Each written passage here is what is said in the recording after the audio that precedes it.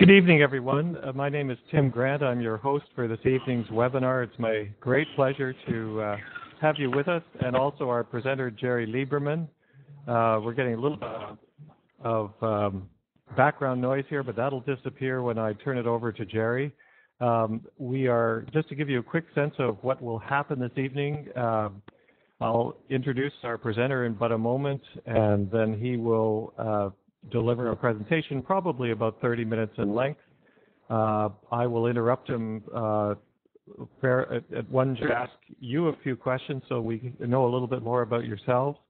And at the end of that 35 minutes, you'll also be invited to ask any questions of Dr. Jerry Liberman at that point. And I will then retrieve those questions from a back office and pose them to Jerry Liberman. But you don't actually have to wait until the end of his presentation to ask a comment or to make a comment or ask a question. I want to direct your attention to what we call the chat box. You might even see that there's been a couple of comments there already, but it's the box that may be still in the bottom left-hand corner of your screen. And just below that is, and that's the place where your comment, there's a question that you have 5 minutes into the presentation, 15 minutes into the presentation, or you have, maybe it's a question of clarification and you just don't want to save it for another 20 minutes. You can type a message into the chat box and hit enter, and it will appear in the chat box, and someone else who's on this webinar may well answer it. I certainly will do it if I know the answer. And how you do that, to be specific, is you'll see in the very bottom left-hand corner it says "to," and it says "main room" beside it.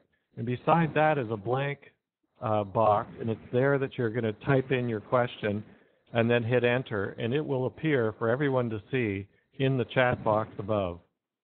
I'll repeat that a little bit later, but you'll see that people will start making comments there, and feel free to add your own at that point. And by the way, this is the first webinar where I'm going to invite people to if you like this presentation, to share it on your Facebook page and to Twitter about it. If you're a Twitterer, please be our guest.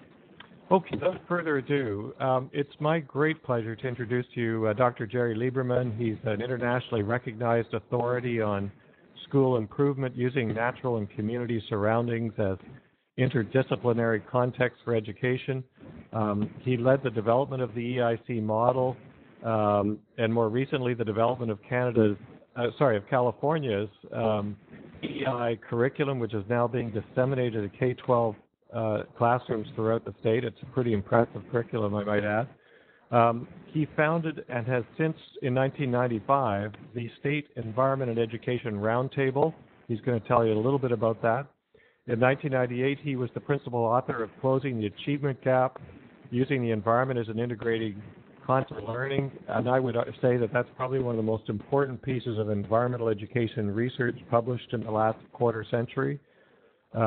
He's also designed and coordinated curriculum development projects outside of the United States in Costa Rica, Honduras, Colombia, Argentina, and if those of you who are on the call very early on will know that he lives in San Diego, California, and I had the great pleasure of meeting him just shortly after the publication of the Closing the Achievement Gap. He came to Toronto. He spoke to several conferences. He spoke to about 200 school principals, which was wonderful, and many of us have been sharing right across North America as editor of Green Teacher. And I've been hearing people refer to his work for all of the most recent 20 years since that first study was published. So please join me in welcoming Dr. Jerry Liberman. Oh, sorry, one more thing, Jerry, and I did this before, didn't I, when you and I were practicing. If you're not familiar with Green Teacher, it's a nonprofit magazine. We've been publishing for 20 years for youth educators, both those in classrooms and outside. And more recently, we've had the pleasure of publishing 6 books that you may be interested in. Some of you may already be using them. And if you're not familiar with the magazine or the books, I would certainly invite you to go to greenteacher.com after this teleconference, or this webinar rather, and have a look at the the table of contents of any of those that may be of interest to you. Okay, without further ado, Jerry, over to you. Good afternoon. Nice to be speaking with you all. I guess it's evening in many parts of the webinar world. Today I'm going to be talking to you about the research that Tim was referring to on what we call closing the achievement gap. Let me first introduce our organization, the State Education and Environment Roundtable.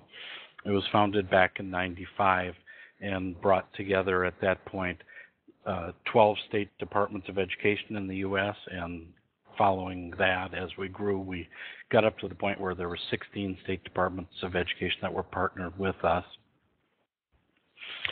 And I'll talk about that as the context in which we did our research.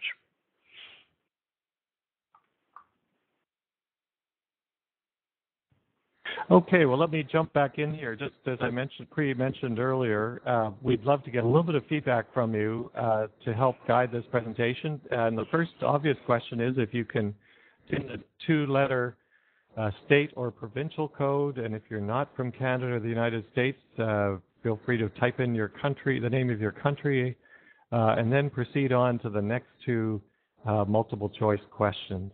So if you just take a moment to do that, that would be much appreciated.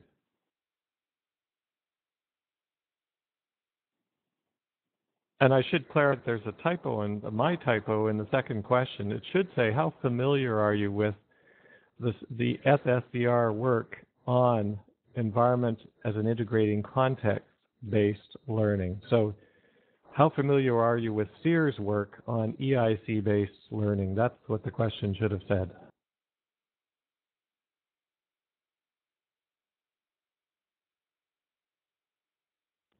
And Jerry, in about 10 seconds, you can advance us to the next slide.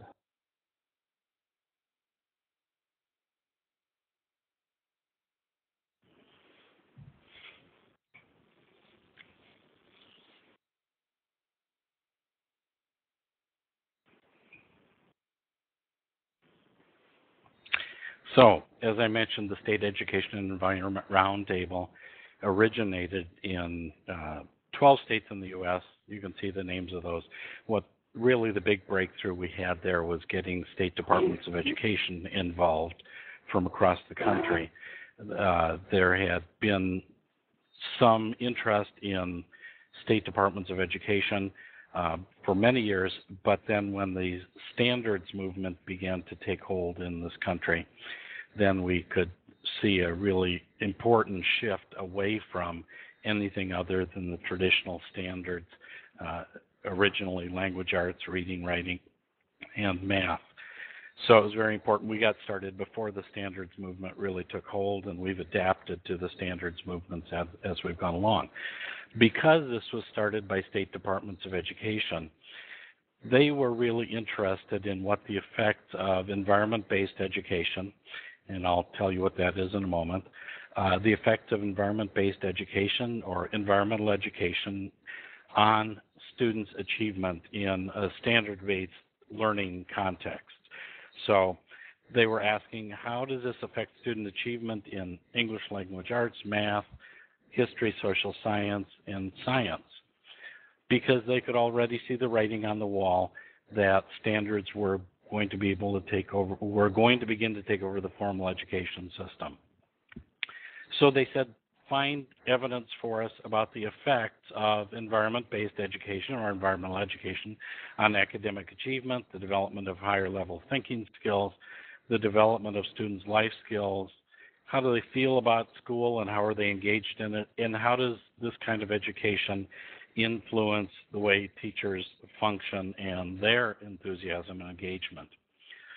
So Tim suggested I talk about a little bit about the differentiation between environmental education and environment-based education. The main function of environment-based education is to merge the interest of academic achievement in the standards and to, at the same time, help students learn about their local community, their environment, their natural surroundings. So we're trying to merge the interests of state departments of ed, schools, school districts, in terms of their major goals, which are related, unfortunately, to standards, and find out where these practices could benefit them, but at the same time keep focused. And that's where we use the word context. Use the environment as a context. So while the students are learning their academic standards and achieving academically, we want them to learn about the environment, their community, and how to resolve real-world problems in their local environment. We identified 40 schools around the U.S. That was our original set of study schools. We were looking for schools specifically that were using those local, natural, and community surroundings to teach across the disciplines, using the environment as a context. This kind of research is complex because this original study was post facto, so we wanted to find schools that had been using these practices for quite a long time. And team teaching was something we were looking for, as well as interdisciplinary teaching. And we wanted to make sure that there was a significant part of the school, that this wasn't one classroom or two classrooms, and that these programs had been operating for a long time. On average, among the 40 schools, we found these programs had been in place for over 7 years. So we think we've got very sound data. Since this study, we proceeded and did additional research for the state of California, as well as for school districts and some states across the country. So this is backed up even further by additional data. So I'm going to ask Connie, is the audio getting better? I see your note that the audio isn't working for you.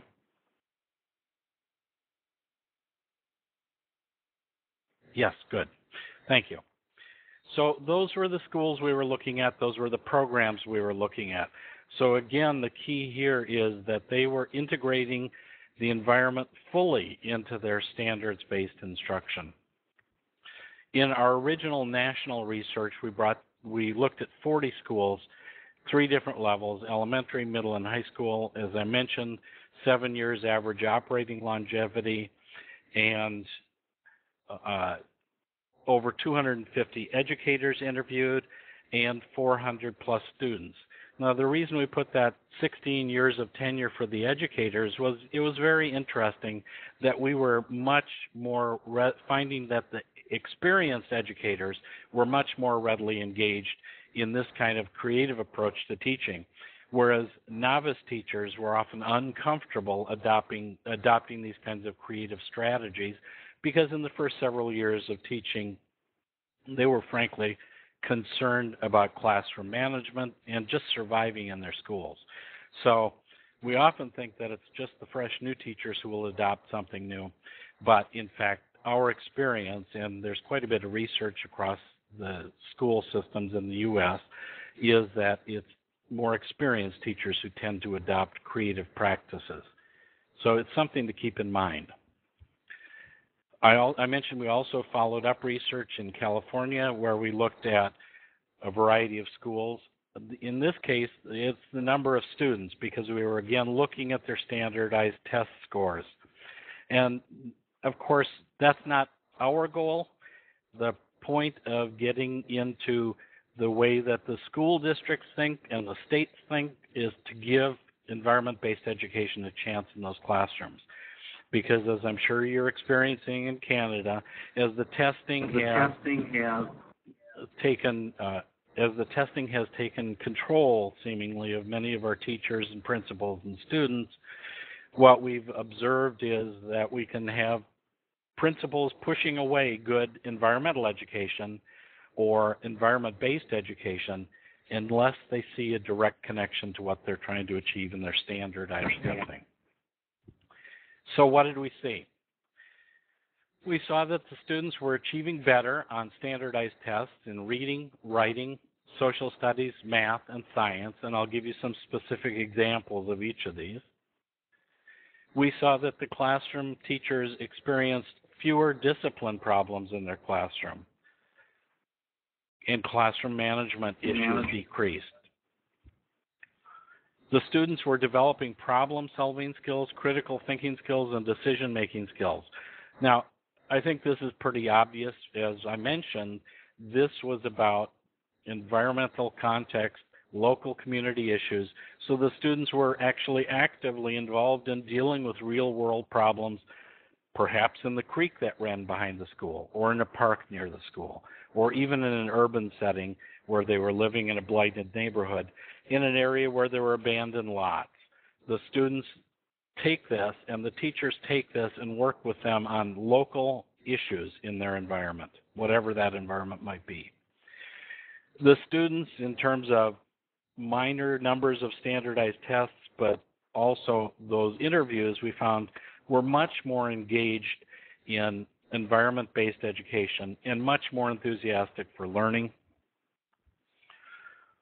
They showed ultimately greater pride and ownership in their schoolwork and began to own what they were doing and became proud of what they were doing. And we did see effects on teachers as well, where the teachers reported to us that they were enjoying teaching more. So, Tim, it's back to you. Okay, thanks, Jerry. And just to give a reporting, and thanks to all of you who filled out that questionnaire about a few moments ago, we have folks from right across the U.S., from the East Coast to the West, with couple of extra people, both from Minnesota and Oklahoma. In Canada, very small turnout actually this time, and probably for those who were joined the call earlier, we're having one of the most exciting elections in many a year, and people are up north of the border are preoccupied, as will I be later this evening. So that's the first question, and in response to how familiar are you with Jerry Liberman's work on environment-based learning? 6 of you said you were not familiar, 5 said you had heard about it, but very little, and only 4 of you said you were either familiar or very familiar. And finally, and I thought most encouragingly, that when asked if your administrators, and of course this question assumed that you were either a teacher or working with a local school, but when asked if administrators you knew were supportive or unsupportive, 2 of you said that they were very supportive, 4 said moderately supportive, 8 of you said neither one or the other. Not one of you said that you knew of an administrator who was unsupportive. So I was encouraged by that. Jerry, back to you. Thank you, Tim. Well, it always helps me to know who my audience is, and I'll try to speak to you in the framework of what good, bad, or indifferent administrators are interested in these days. And so one of the areas that I mentioned was on standardized test scores and GPAs. We had a total of 370 data sets. These were collected in a variety of ways by the schools themselves who were involved in these studies. And we found that in 70% of the cases, the students did better if they were learning science in their local environment, or learning math, or learning history, social science, by examining their local community or their natural surroundings. So it's pretty impressive. We're seeing some really positive benefits there. Let me give you a couple of specific examples so you can feel it in a more tangible way. One elementary school in Dallas, Texas, Hotchkiss Elementary, actually collected data as they were initiating their environment-based program, their EIC program, and they monitored reading scores and writing scores. And it was really amazing, and you'll see the effects on discipline in a few minutes at this same school, but you'll see that their reading scores grew by an average of 9% on a year-to-year gain. And here they were looking at 3rd, 4th, and 5th grade students. 9% year-to-year, quite an impressive shift. They saw an equally positive benefit on writing scores. In this case, Texas only tests writing in 4th grade, and they found that 13% of the students were doing better than they had been doing in the previous year. And that was just an overwhelming number to me, actually practically unbelievable. So I followed up with the Texas Education Agency to see if they had instituted some major new writing program, because I figured there was something going on across the state. But in fact, the 13% gain that had happened in writing at Hotchkiss Elementary was not duplicated across the state.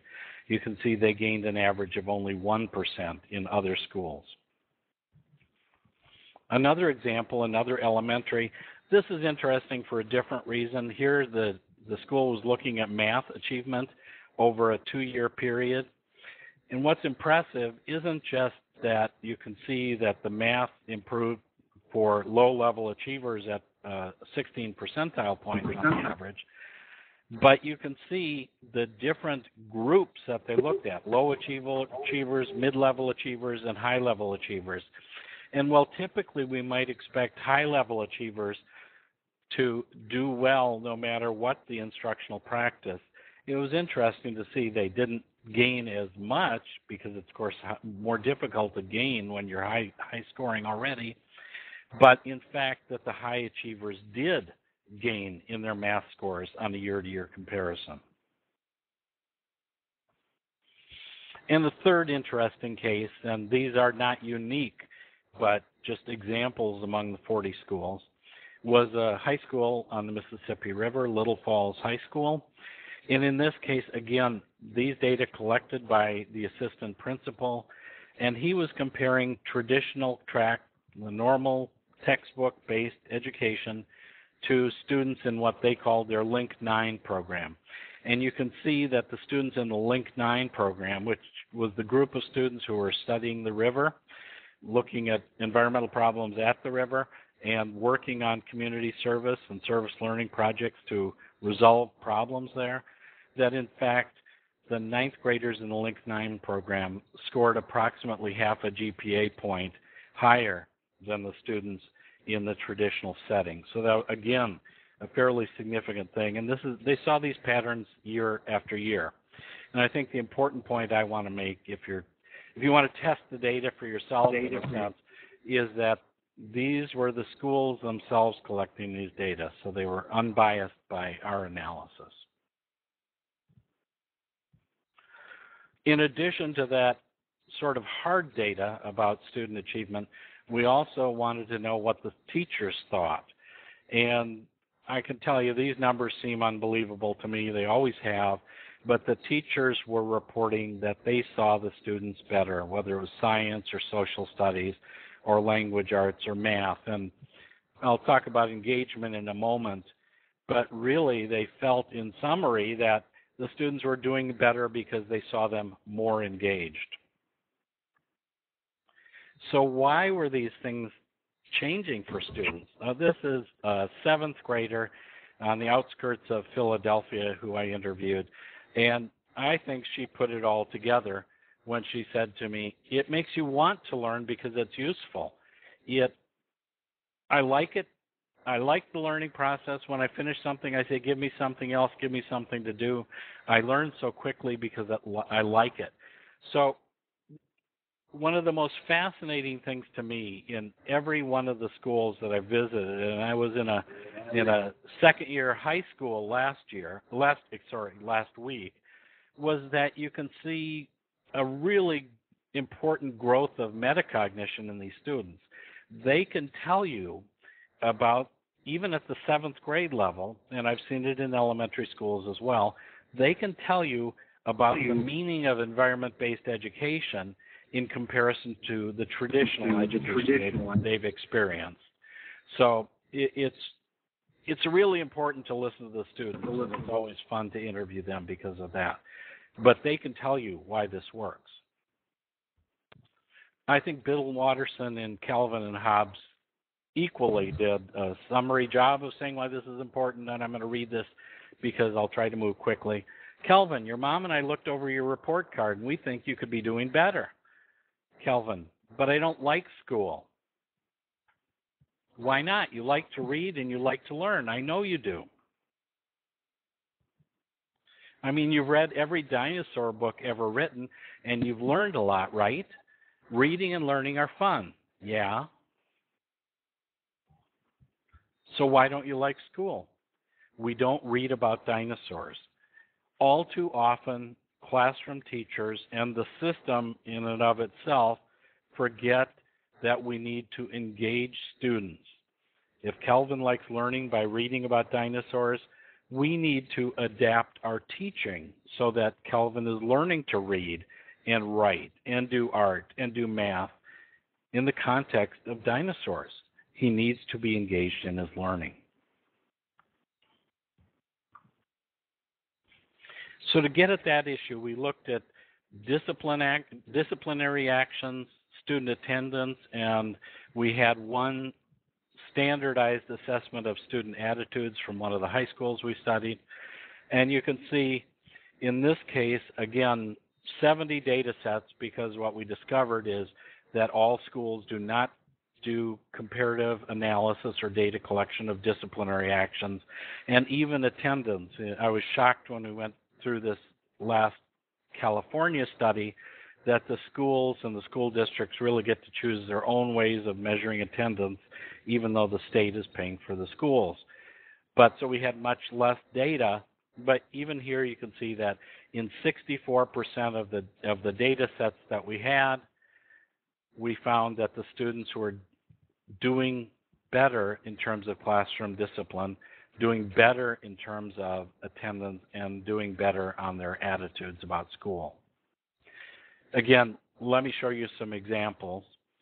This is Tahoma High School, which is just south of Seattle, Washington. And here, again, the assistant principal collected these data. He compared what they call the Strands program to the traditional students. And here he found that the students in, the integrated program. Here he found that the students in the integrated program were causing less trouble. And he measured it in a pretty simple way, and there are lots of ways to do it in a complex manner. But he followed the number of students from each of the different types of classrooms that they had at the school. So he had a third of the students at the integrated program, two-thirds in a traditional program, and he found that the students in the integrated program were appearing in his office with disciplinary actions 8% less. He's the one who used the standardized school attitude measure, and I think he explained some of these benefits of environment-based education by looking at the fact that the students in this integrated, the environment-based program, were 11 percentile points higher on this school attitude measure than the students in the traditional program. So again, it's a pretty straightforward way that he chose of assessing the students' engagement in the school. A middle school in Pennsylvania had, again, looked at disciplinary referrals, and this one is so striking. In this case, the assistant principal, again, collected data on the number of students sent to his office, and he found that even though the students in the 6th grade in the STREAMS program represented only 17% of the school, they represented only 1% of the disciplinary referrals.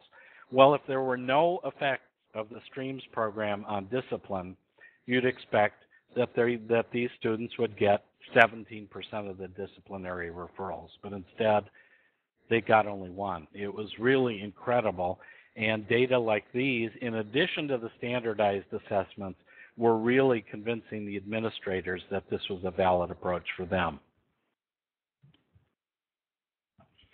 And going back to that Hotchkiss Elementary School, because I wanted you to be able to see how the development of a program, of an environment-based program like this, actually affects the students as the teachers get more proficient in implementing an environment-based program. Not terribly surprising, but you can see it dramatically here. In the first year, the principal was monitoring referrals to her office, and there were 560 across the school. You can see by the third year, she was down to only 50 disciplinary referrals throughout the year, literally a 90+% drop. And this principal said the level of student interest and the level of student engagement generated by this type of instruction yields very few behavior problems. And I keep on talking about the data collected by the principals and the administrators and the teachers in some of these cases, because it's critical that they're actively involved in assessing how these programs work. And all of these schools that we looked at did that actively. They monitored how these programs affected their students, specifically because they were trying to solve real-world problems in their school management and their academic achievement.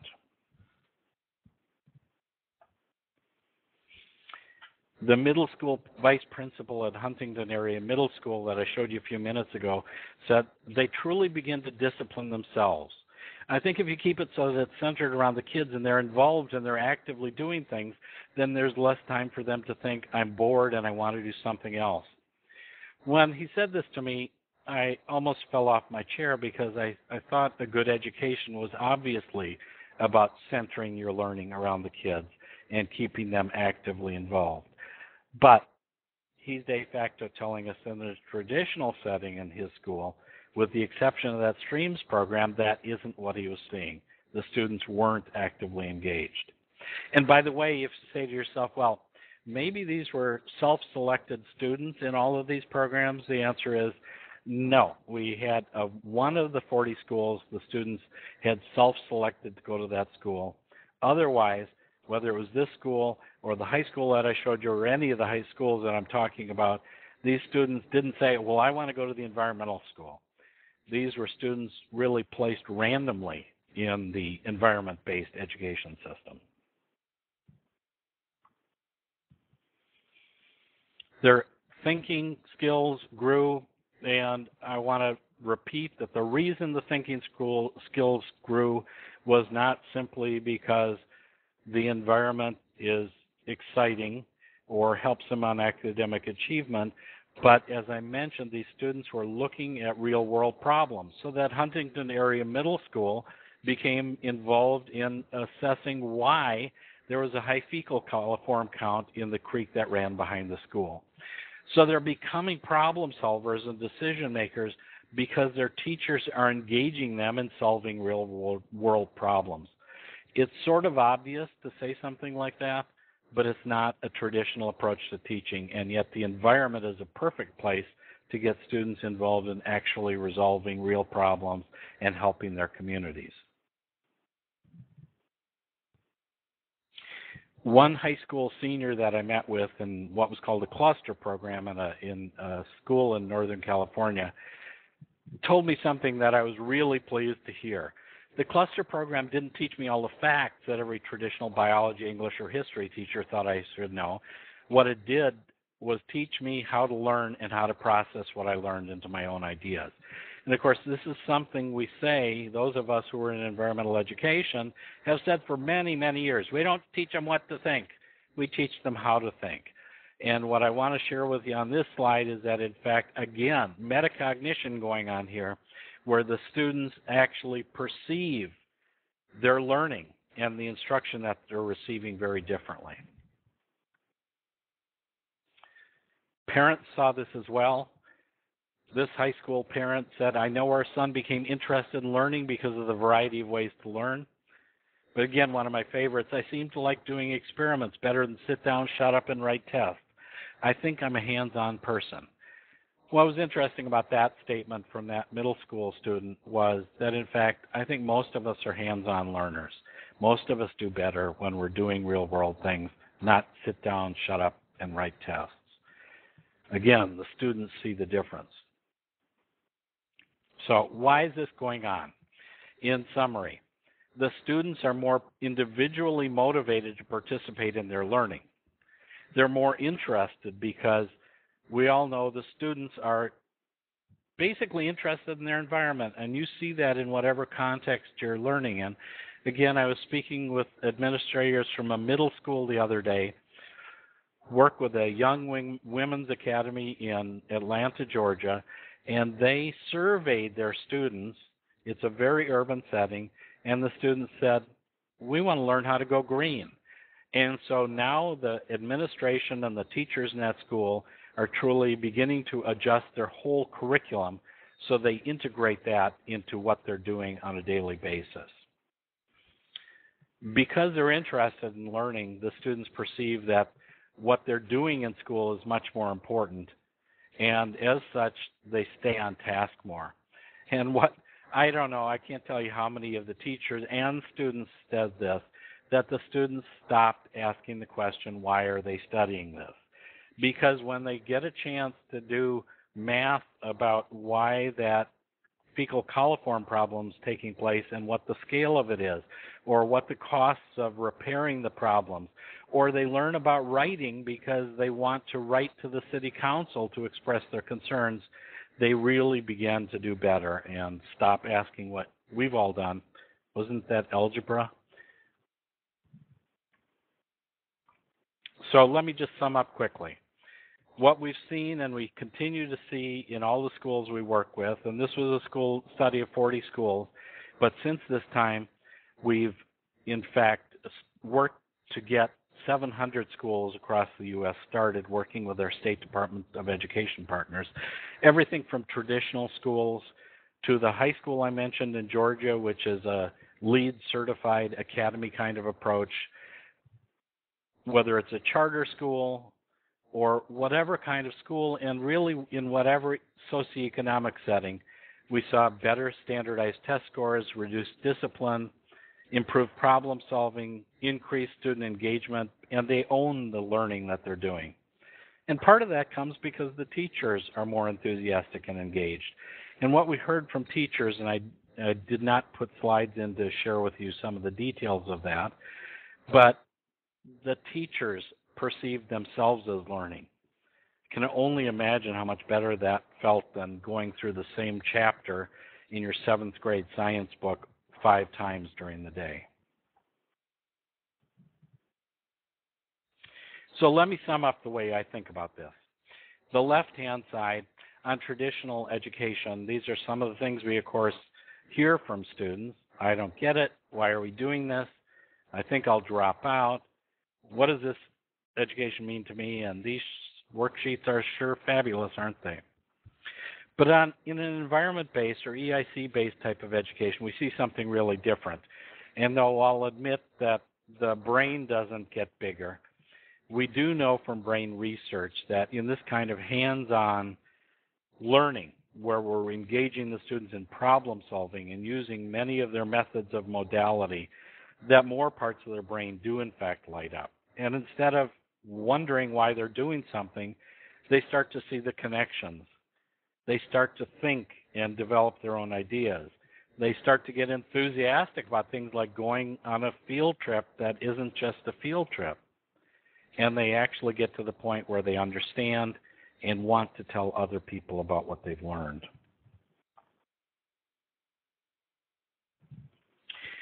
So with the information we gathered from those 40 schools, we started to develop a process that I mentioned a moment ago, which was a process to help schools adopt these practices that we had identified with the 40 schools in our study as effective.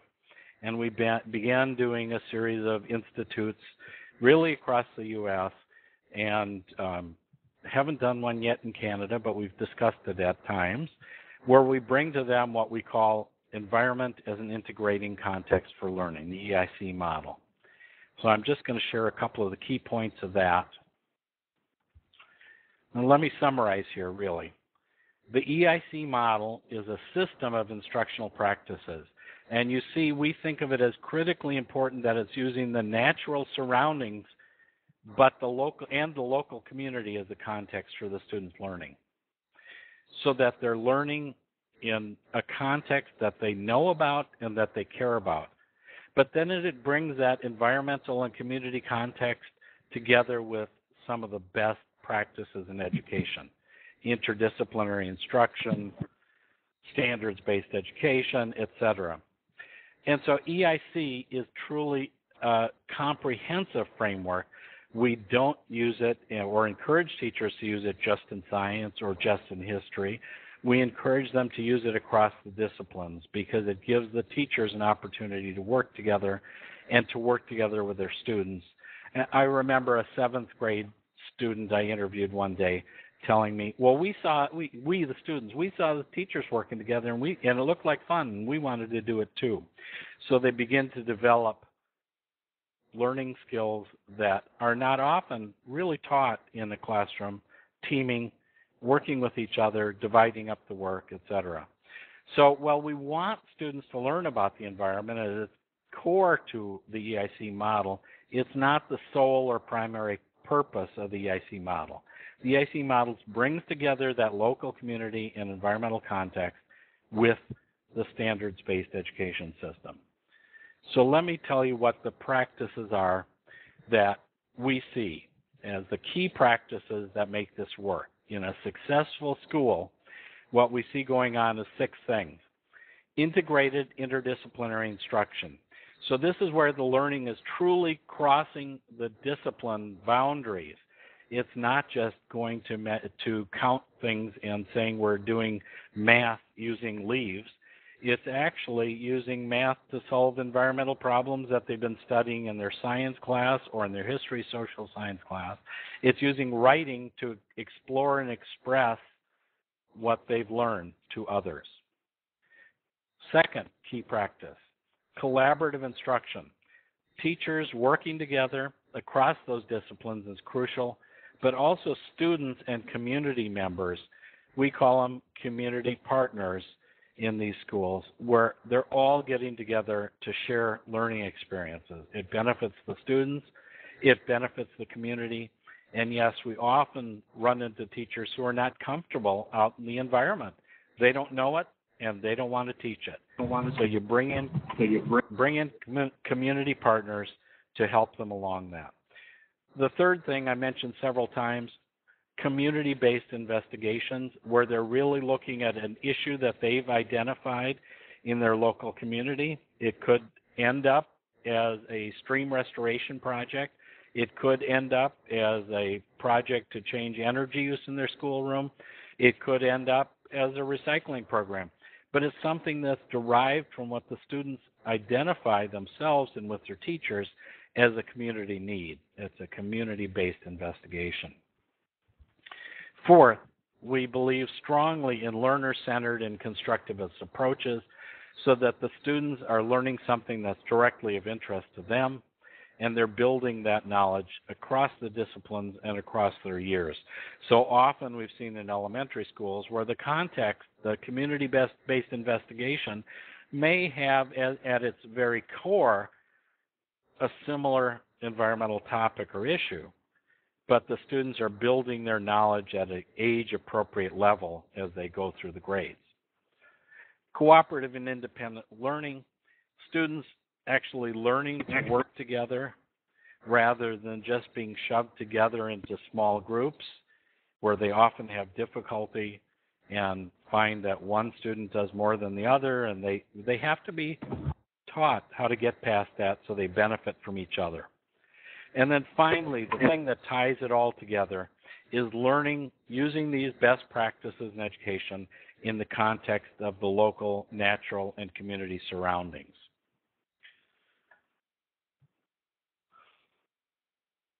These practices all tie together. So that if you pick whichever one of these and you think about, let's take integrated interdisciplinary instruction, for example, in a middle or a high school level situation, the teachers truly need to work together. So you end up with collaborative instruction if they're going to be effective at integrated interdisciplinary instruction. They also need to make that learner-centered and cooperative and constructivist. They also need to really build on that community-based instruction that I talked about. And you see something else that we've got in here under the community-based, because we think it's critically important that the students have an opportunity to actively contribute to solving a real-world problem, not just identifying some problem that may be vaguely interested in or they read about in a magazine or newspaper, but a problem that they've identified, have resolved through their classrooms and real-world activities, and then can take what they've learned and use it to resolve a problem. And it can be something as simple as developing a recycling program or restoring a creek.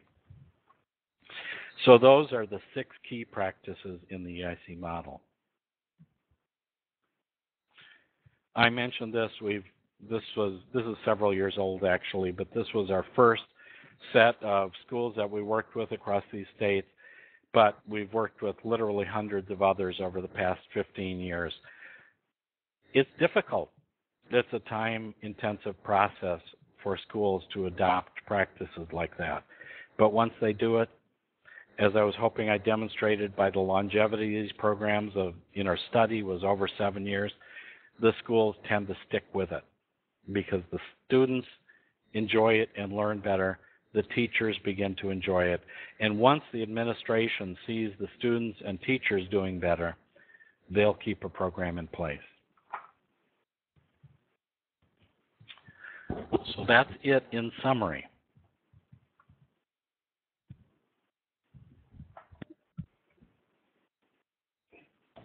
Thanks, Jerry. Can you advance the next slide to the question?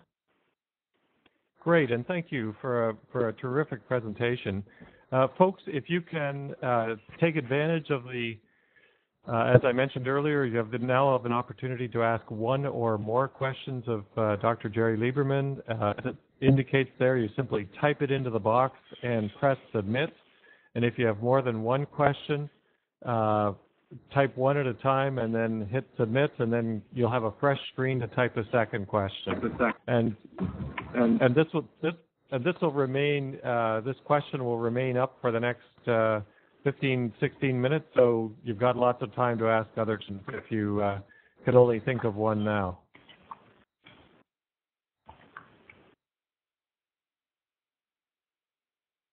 And Jerry, while we're waiting for people to type their questions in, tell me, what did you actually do before you got involved with the State and Environmental Education Roundtable? I don't think I've ever asked you that question. Well, actually, oddly enough, this is not that different from the work we did in Latin America. In Costa Rica, we worked with 2 universities and the state ministry and the country's Ministry of Education and developed a 1st through 6th grade environment-based curriculum. And again, we took their standards and developed curriculum that the teachers, we then field tested it with the teachers, and ultimately that curriculum was adopted in every elementary school in Costa Rica, and all the teachers were trained. I then ran into some people from Colombia, and we began the process of adapting it to Colombia, which the standards, the adaptation is critical because the standards are, of course, different at different grade levels than they were in Costa Rica. So we restructured the curriculum. We took it into Argentina, where we worked with the Fundación de Vida Silvestre, and we also brought it into Brazil, where it was translated into Portuguese and adapted for use in Brazilian elementary schools. Fantastic. So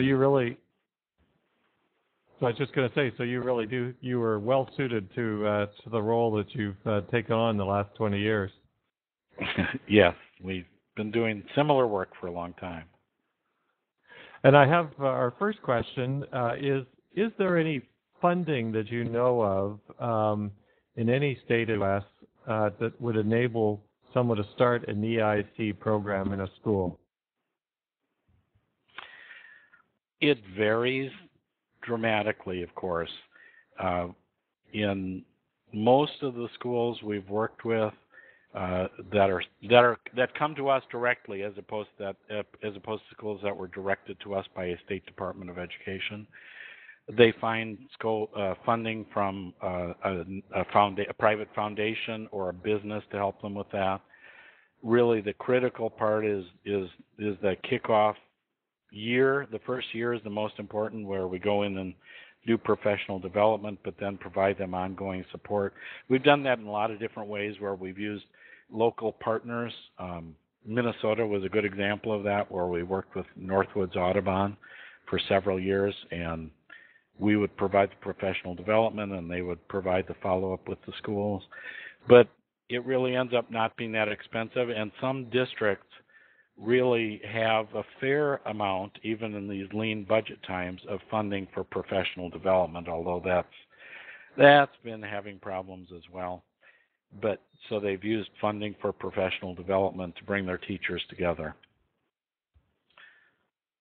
But corporate foundations support, I guess, is the simple answer.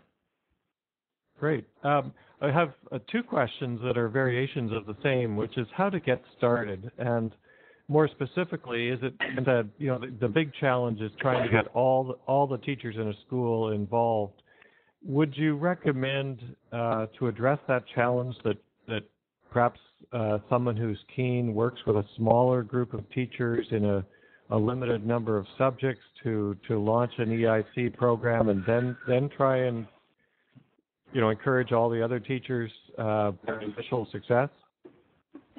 I've seen it succeed in many, many ways. The high school that we're working with in Georgia is a brand new high school, and we had the very rare opportunity to start with the whole set of new teachers when they were hired. In fact, that they were actually selected because they were expressing interest in working in an environment-based school.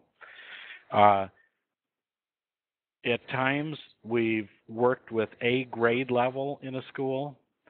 At other times, I've seen cases where it's succeeded, where an individual teacher has taken the lead and gotten started in, pick it, second grade, and succeeded with second grade.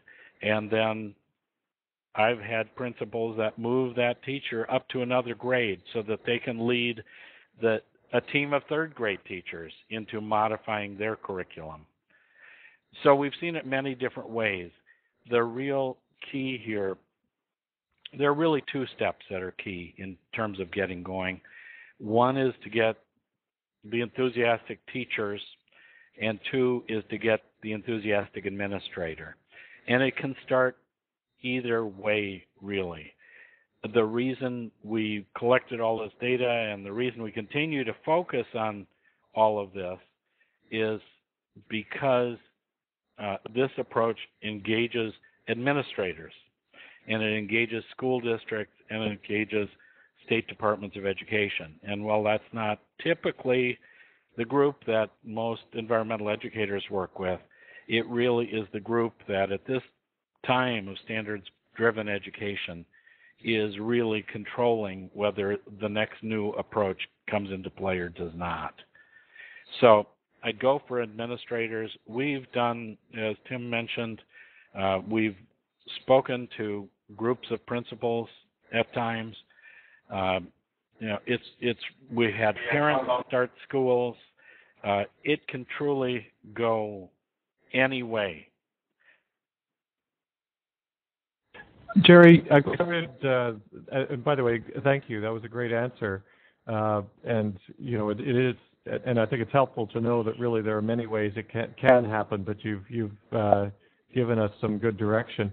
You started your answer though talking about high schools, and I wanted to kind of go back to that because in a way, as you said, at that Georgia high school, those teachers were actually hired to teach in that system, an EIC framework, but in most high schools, the bigger barrier is the fact that is the tight timetabling, the subject-specific focuses, the trying to get kids ready for college and university.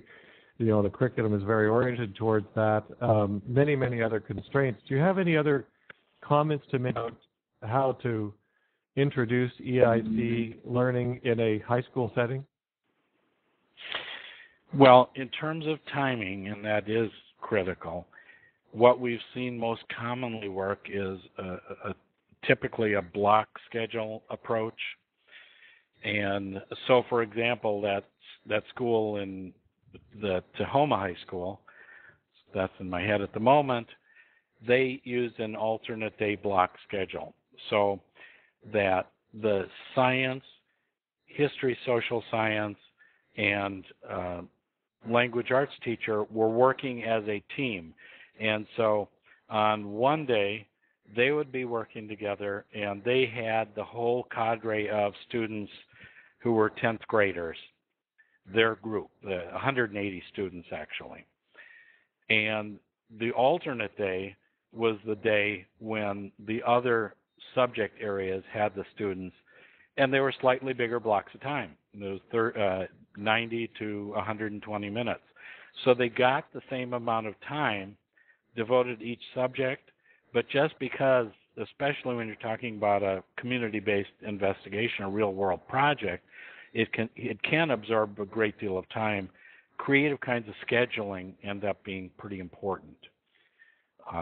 That's what happens to be going on at the high school in Georgia. We've seen that many times.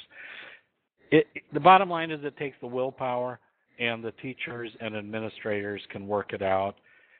Another school where they did something very creative, it was for a slightly different reason, but as you can imagine, if the teachers are really going to work together and if they're really going to work in an interdisciplinary way effectively, they need quite a bit of planning time. And so in this particular school, it was a relatively small school, but the teachers negotiated with the principal to take slightly larger class sizes, so they bought themselves an extra planning period every day. So it's a matter of creating something that will work in each setting. There really isn't a formula, but being flexible enough to adapt to a revised schedule is also crucial. The next question is also related to implementation, and for those of us in Canada, we'll need you to remind us what Title I schools are. But the question is, do you have any advice for introducing EIC learning into Title I schools?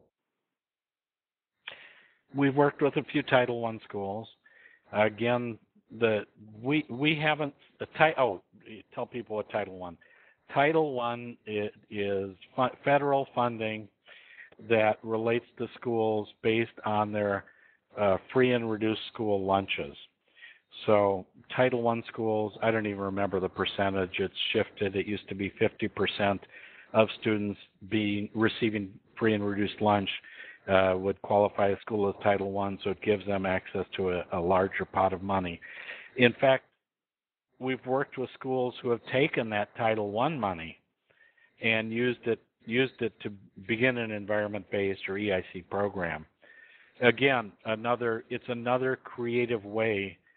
The point is, though, getting the administrators and the teachers and the parents, although it varies parent interest in different schools, but it's to get them to buy in, to see this approach as a real solution to a problem.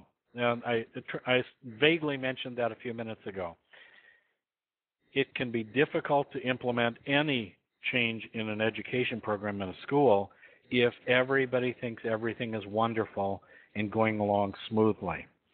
What you really need to work with, and of course we see it in Title I schools, is they typically have high percentages of underperforming students, is that they may ask you if you can help them resolve reading problems or writing problems or science problems or attendance and behavior problems. I mean, we've seen those approaches, but that's the point of having evidence that this kind of strategy can help students academically or with their discipline problems.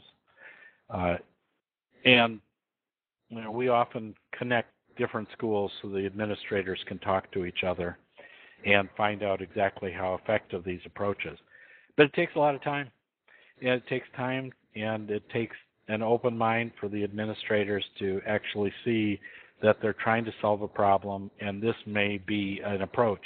We were brought in, a solid example of that is with the state of South Carolina. About 7 years ago, we were brought in by the state superintendent for one specific problem, and she wanted to know if EIC could help her with this. Her problem was that they were having extremely high dropout rates between 8th grade and 9th grade. The boys were dropping out of school. And so it was a very clear focus. Can you help us with this? And in fact, yes, the state collected their own standardized data on attendance and, in fact, tests as well.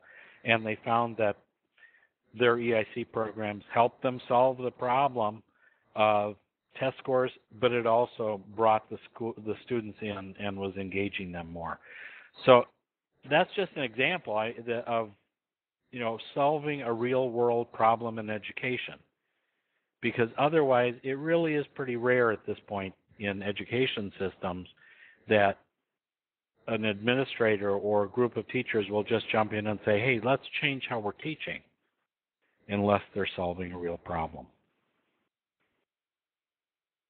Great. We're got lots of questions, both in the chat box and in the back office that I'm still retrieving. Let me just pass. I'll start with one that's in the chat box, and I'll go back and forth. But the questions now are kind of more to, where are there some resources that people can use to make this shift? And I don't think you mentioned, or I think I did just mention your Closing the Achievement Gap study. But are those reports are those reports still available? And yes, those are still available. Do you not have any more? Yes, the Closing the Achievement Gap report is available. In terms of how do you actually get this going in a school once you've got a school convinced, we do implementation institutes for school, and it's pretty intense. It's 4 days and there's a question here. The last question in the chat box, actual strategies to teach teachers how to deconstruct the disciplines and then reconstruct them in a rigorous way. That's why it takes us 4 days. We do everything in that 4 days, from having the teachers do a community map so they know what's out there, because frankly, many teachers drive from wherever they live to the school that they're teaching at, and so we need them to know what's surrounding the school so they know and can work with the students in their setting. We have the teachers do standard or curriculum mapping so that they are in fact taking apart all of their standards and looking at which standards in different disciplines can actually effectively be taught together. So we really have them break it apart, and one of the, I suppose, somewhat traumatic for some teachers is that they are typically teaching about Aztecs in October, and yet the English language arts and science teachers want to teach about natural resources in January. And somebody's got to give, because you want the science and English language arts teacher to be able to connect what they're doing on the use of natural resources, the available to the Aztecs. And so we have them map that instruction together in a new and different way so that the students are experiencing something where what they're learning is connected together in different classes in a middle or high school. But we have to break it down. Yep, you're welcome. Okay. Thanks again, Jerry. I'm going to suggest we sort of take a little bit of a break here, because some people will need to leave us soon, but I'm happy to keep, if you've got a few more minutes, I'm happy to pass on more questions. We've got several good ones. And okay. What I'd like to do is draw everyone's attention to the end of session evaluation, which you should now see on your screen. And if you could take a moment to answer the, how do you rate this presentation? What did you like best about it? Sorry, you'll see when you have a chance to scroll down further, how could have been more helpful to you? And finally, just for my benefit, how often do you read Green Teacher magazine? If you could just take a moment to answer those, we'd be very appreciative. And one of you will win a free digital subscription to Green Teacher. So if you could just take a moment to do that, please do. And while you're doing that, I will ask the next question of Jerry. Jerry, a question from my friend Kathy in Alberta. Her question is, has there been any connections made between EIC best practices and 21st century learning skills. If you can clarify for me what you mean by 21st century learning skills. I think what we'll do is I'll invite Kathy to type something more specific into or respond to that in the chat box, and let's come back to that.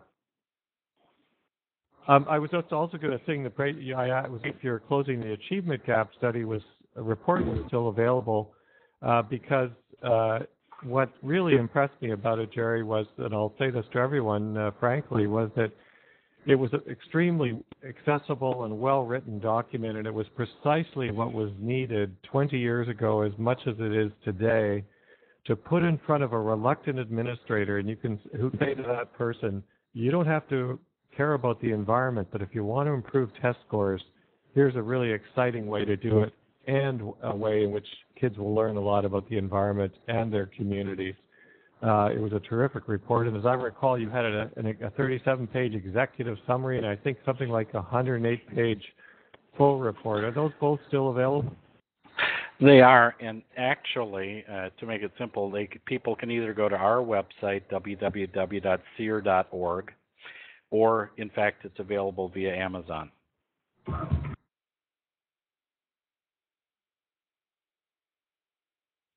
Great, thank you. There was another couple of questions here in the chat box.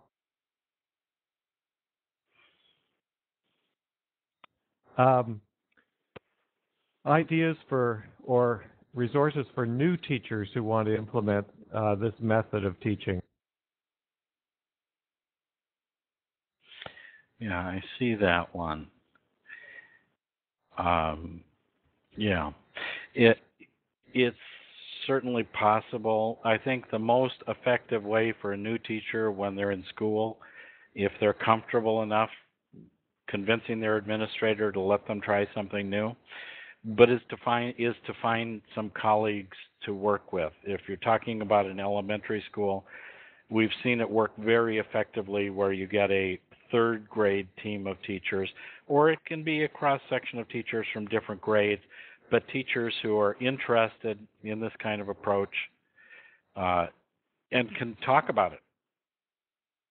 Just what we find when we're doing our institutes is that even asking teachers, many teachers, to come up with a valid community-based investigation can be complex for them. They're not used to asking some of those questions, and they fall back to very simplistic questions like, okay, I'm going to be really crude, like why are leaves green and how does the sun affect photosynthesis? That's not the kind of issue we're talking about, and so it's important to have teachers build their collaboration skills to get them going, build their questioning skills, and build their basic knowledge about the environment. And if there are people available to help them, whether it's at the school or in a non-formal setting, we've seen all of those things to be effective. But I think the critical part for a brand new teacher would be to find some other colleagues who are willing to jump in and explore these issues with them. Great. Okay. I think I've got one more question. Let me just go and grab it again. Well, I see Kathy's given us more details, so let's go back there. Please do. Somehow I'm having a problem. I seem to have lost the chat box myself, so I'll need you to pick up her comments there, Jerry. So Kathy was responding to what did you mean by 21st century learning? And she said it's based on competencies such as critical thinking and problem solving, creativity and innovation, social and global responsibility, communication, etc. Well, I think I touched on all of those. I was trying to anyways, whether my terminology is exactly the same or not, but getting students involved in a real world problem in their community, whether it's about a stream, a wetland, helping businesses decrease energy use, whatever it is, having them be creative and innovative to develop solutions, actually getting them, as I mentioned, involved in service projects in that community so that they actually have the opportunity to do something real to change their local environment. And the communication skills are, I agree, critical.